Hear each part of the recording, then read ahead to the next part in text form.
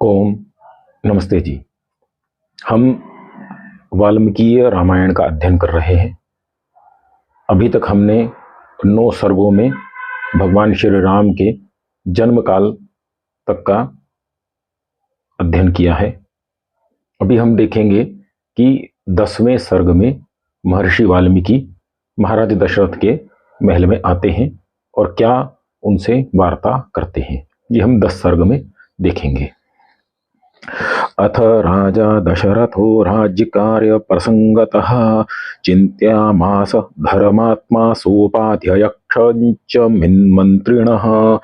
एक दिन महाराज दशरथ अपने उपाध्याय और मंत्रियों के साथ कुछ राज्य संबंधी चर्चा कर रहे थे। तस्य चिन्तमानस्य मंत्रिमध्ये महात्मनः अभ्यागच्छं महातेजा विश्वामित्रो महामुनिः। वे परामर्श ही कर रहे थे, इसी बीच में महातेजस्वी महामुनि विश्वामित्र जी उनके महल में पधारे।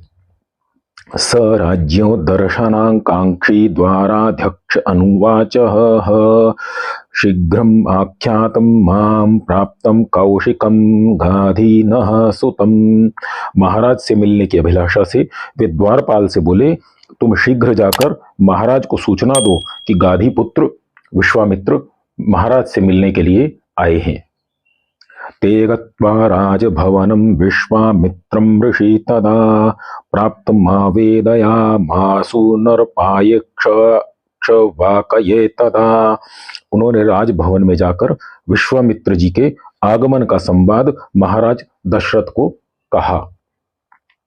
तेषां तद्वचनं श्रुत्वा सुपुरोधाः समाहितः प्रत्यजुंगाम संहृष्टो ब्रह्मण इव वासवः। द्वारपालों से विश्वामित्र जी के आगमन का समाचार सुनकर दशरथ जी प्रसन्न होकर के वशिष्ठ जी को साथ लेकर के विश्वामित्र जी से मिलने के लिए उसी प्रकार चले जिस प्रकार इंद्र जी ब्रह्म से मिलने के लिए चलते हैं। सदृष्ट्वा ज्वलितं दीप्त्या तापसं संश्रितव्रतं प्रहृष्टवदनो राजा ततो अर्ध्यमुपहास्यत। तेज से दीप्यमान और कठोर नियमों का पालन करने वाले तपस्वी विश्वामित्र जी को देखकर महाराज दशरथ ने प्रसन्न होकर उन्हें अर्घ्य अर्पण किया। स राज्य प्रतिगृहाग्रह अर्घ्यम शास्त्रदृष्टेन कर्मणा कुशलम चाव्ययम चैव पर्यप्रच्छन्न राधिपम। विश्वामित्र जी ने शास्त्रोक्त विधि से राजा जी के अर्घ्य को ग्रहण कर उनका कुशल मंगल पूछा। पुरे कोशे जनपदे बांधवेषु सहस्त्रषु च कुशलम कौशिको राज्यम पर्यपृच्छ सुधार्मिकः। फिर विश्वामित्र जी ने महाराज के नगर, कोश, राज्य, कुटुंब और इष्ट मित्रों की भी कुशलता पूछी। वसिष्ठम च समाज्ञम कुशलम मुनि पुंगवः ऋषिंश्च न्यायम महाभाग उवाच। फिर विश्वामित्र जी ने वशिष्ठ जी से भी उनका कुशल मंगल पूछा। तदंतर अन्य महाभाग वामदेव आदि ऋषियों से भी उनका यथाक्रम कुशल मंगल पूछा।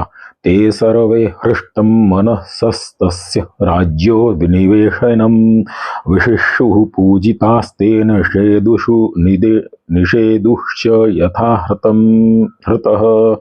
विश्वामित्र जी से सुकृत से वे सब प्रसन्न मन महाराज के सभा भवन में गए और यथोचित आसनों पर बैठ गए।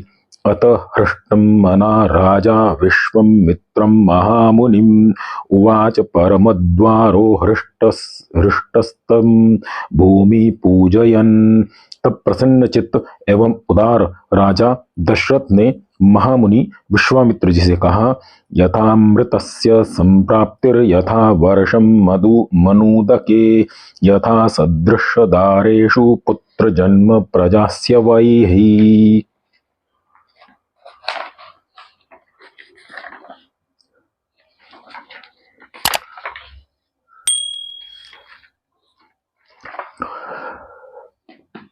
प्रणष्टस्य यथा लाभो यथा हर्षो महोदयः तथैवागमनं मन्ये स्वागतं ते महामुनैः कं च ते परमं कामं करोमि किमु हर्षितः। हे महर्षि, आपके आगमन से मुझे वैसा ही हर्ष हो रहा है जैसे कि अमृत मिलने से सुख होता है, या सूखी खेती को वर्षा से सुख प्राप्त होता है और अपुत्र को पुत्र के मिलने से होता है, या नष्ट हुई वस्तु के मिलने से और महोत्सवों में जो आनंद प्राप्त होता है, वैसा ही मैं आपके आगमन से आनंद को प्राप्त कर रहा हूं। अतः मैं आपका स्वागत करता हूं। कहिए, आपके दर्शनों से आनंदित मैं आपका कौन सा प्रिय कार्य करूं। पात्रभूतोऽसि मे बृहन्निष्टया प्राप्तोऽसि मानद अद्य मे सफलम जन्म जीवितम च सुजीवितम।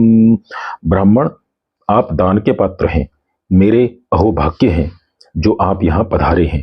आपने अपने शुभ आगमन से जो मुझे मान दिया है, आज मेरा जन्म सफल हो गया और मेरा जीवन सुजीवन हो गया।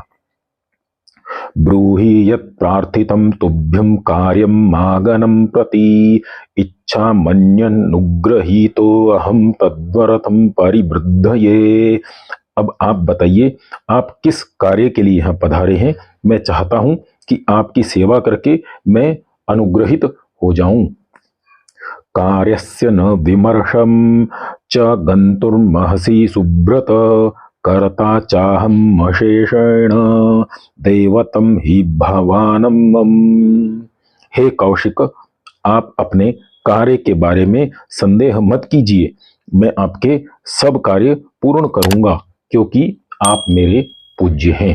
इस प्रकार ये वार्ता महाराज दशरथ और महर्षि विश्वामित्र जी के बीच में हुई, और इस वार्ता के पश्चात एकादश सर्ग में महर्षि वाल्मीकि महाराज दशरथ को क्या कहते हैं वो हम अगले सर्ग में समझेंगे।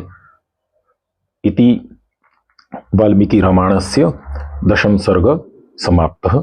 धन्यवाद। नमस्ते जी।